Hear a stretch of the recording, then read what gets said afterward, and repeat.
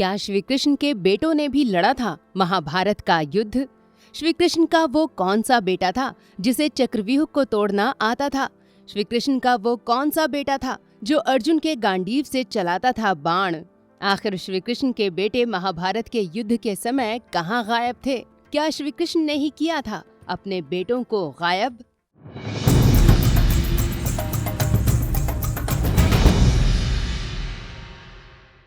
दोस्तों, महाभारत के युद्ध में संसार से सबसे बड़े योद्धा शामिल हुए थे। कौरवों की तरफ से जहां द्रोणाचार्य, भीष्म, कर्ण जैसे महान योद्धाओं ने युद्ध लड़ा था, तो वहीं पांडवों की तरफ से युधिष्ठिर, अर्जुन, भीम के अलावा कई और महान योद्धाओं ने अपने जीवन को दांव पर लगा दिया था। लेकिन इस सारे युद्ध में अकेले श्री कृष्ण ही थे जिन्होंने युद्ध में भाग तो लिया, लेकिन उन्होंने शस्त्र न उठाने की प्रतिज्ञा ले ली थी। हालांकि दोस्तों, इस युद्ध में श्री कृष्ण की नारायणी सेना ने कौरवों की तरफ से लड़ाई लड़ी थी, लेकिन श्री कृष्ण ने पांडवों का साथ दिया था। फिर भी इस नारायणी सेना से श्री कृष्ण के भाई बलराम जी और उनके बेटे प्रद्युम्न और सांब गायब थे। तो आखिर श्री कृष्ण ने ऐसी कौन सी चाल चली थी कि श्री कृष्ण का पूरा परिवार महाभारत के युद्ध से दूर रहा था? दोस्तों, हम सबको ये कथा तो पता ही है कि महाभारत के युद्ध से ठीक पहले दुर्योधन और अर्जुन यादवों को अपने पक्ष में करने के लिए श्री कृष्ण के पास आए थे और श्री कृष्ण ने अर्जुन से कहा था कि वे या तो उन्हें चुन ले या फिर दुनिया की सबसे पराक्रमी नारायणी सेना को चुन ले। श्री कृष्ण ने अर्जुन से ये भी कहा था कि वो युद्ध में शस्त्र नहीं उठाएंगे, जबकि उनकी नारायणी सेना युद्ध में जिसके पक्ष में लड़ेगी उस पक्ष का पलड़ा भारी भी हो सकता है।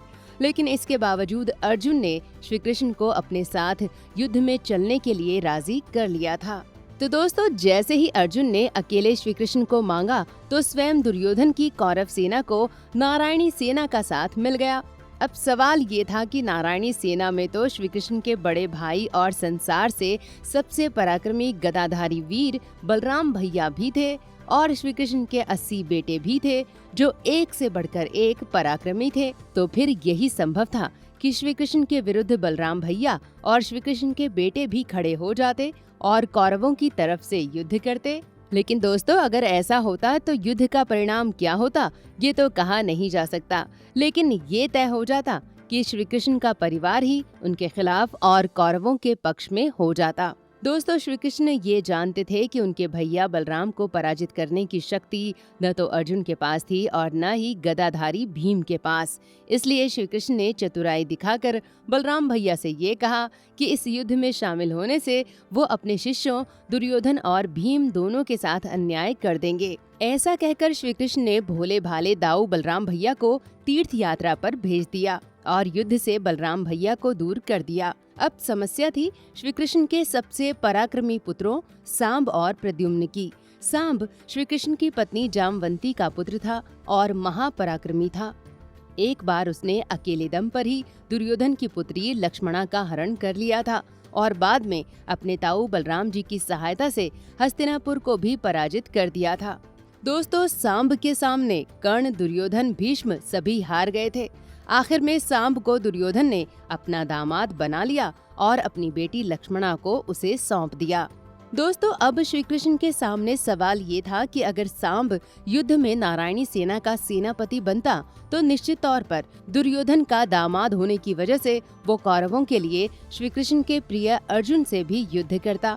इसलिए श्री कृष्ण ने उसे भी युद्ध करने के लिए मना कर दिया और आखिर में सांब महाभारत के युद्ध से दूर हो गया।